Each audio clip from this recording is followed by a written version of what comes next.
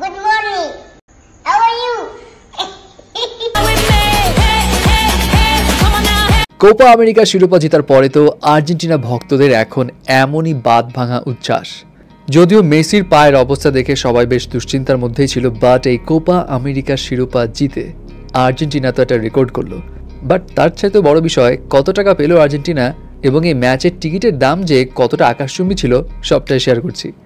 একদম বুক কাঁপানো উত্তেজনার মধ্য দিয়ে কলম্বিয়াকে 1-0 গোলে হারিয়ে আর্জেন্টিনা কোপার ইতিহাসে সর্বোচ্চ 16 বারের চ্যাম্পিয়নের রেকর্ড করে ফেলে এবং আর্জেন্টিনা এই যে শিরোপাটা জিতল, এই শিরোপা জেতার জন্য আর্জেন্টিনা পাবে প্রায় $16 মিলিয়ন, মানে 188 কোটি টাকা, যেগুলো ডিস্ট্রিবিউট হবে প্লেয়ার্সদের মধ্যে, কোচিং স্টাফদের মধ্যে এবং অফকোর্স ন্যাশনাল ফুটবল টিম ফেডারেশনের কল্যাণে।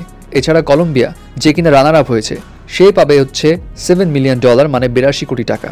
যদিও সাউথ আমেরিকান ফুটবল কনফেডারেশন প্রায় $72 মিলিয়ন প্রাইজ মানি রেখেছে পুরো খেলার জন্য, যার মধ্যে এই $72 মিলিয়ন মানে 840 কোটি টাকা 16টা টিমকেই সির্ফ কম্পিট করার জন্যই $2 মিলিয়ন মানে 23 কোটি টাকা করে আগেই দিয়েছে। যাই হোক, এখন এই যে কোপা আমেরিকার ফাইনাল ম্যাচ, এটা তো আর যেন তেন ম্যাচ নয়, এখানে আর্জেন্টিনা খেলবে, তার উপর আবার শাকিরার পারফরমেন্সও আছে। সব কিছু মিলিয়ে যেন একটা রমরমা কনসার্টের বিষয় এটা। আর এইটা মাথায় রেখে কোপা আমেরিকার এই ফাইনালের টিকিট প্রাইসও কিন্তু ছিল পুরো আকাশ ছোঁয়া। রিপোর্টস থেকে জানা যায় সেখানে কমপক্ষে টিকিটের প্রাইস ছিল 2 লাখ টাকা। এছাড়া 80 লাখ টাকার টিকিটও রয়েছে, যেটা অনেকে কিনেওছে। আর এখানে কিন্তু শাকিরা 54,000 দর্শকের সামনে লাইভ পারফরমেন্সও করেছে, সেটা ম্যাচ শুরু হওয়ার আগেই।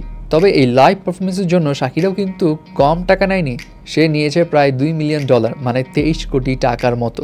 সো বলা যায় খেলা বিনোদন মিলিয়ে যারা ওখানে লাইভ খেলা দেখেছে তারা তো হেভি এনজয় করেছে। বাট এখানে একটা কথা আছে বস, সোশ্যাল মিডিয়াতে অনেকেই বলছে শাকিরার ওই লাইভ পারফরমেন্স দেখে অনেক ভিউয়ার্সে খুশি হতে পারেনি। এর পিছনে রিজন হচ্ছে শাকিরা ওখানে ঠোঁট মিলাচ্ছিল, লাইভ গাচ্ছিল না, রেকর্ডেড গানগুলোতেই কণ্ঠ মিলাচ্ছিল, কারো কারো এটা অভিযোগ। আবার কেউ কেউ বলছে তার কোরিওগ্রাফে নতুনত্ব নেই, সুপার বাউল ইভেন্টে যেই পারফরমেন্স দিয়েছে ওরকম পারফরমেন্স এখানেও দিচ্ছে। মানে বুঝতে পারছেন তো, 2,80,000 টাকা খরচ করে মানুষজন দেখতে গেছে, সো যদি নতুনত্ব কিছু না পায় আর রিয়েল গান যদি শুনতে না পায় তাহলে তো অনেকের একটু মেজাজ খারাপ হইতেই পারে। যাই হোক, এই ম্যাচে একটা ইমোশনাল ব্যাপারও ছিল, অ্যান্ড সেটা ছিল ডি মারিয়ার ক্ষেত্রে।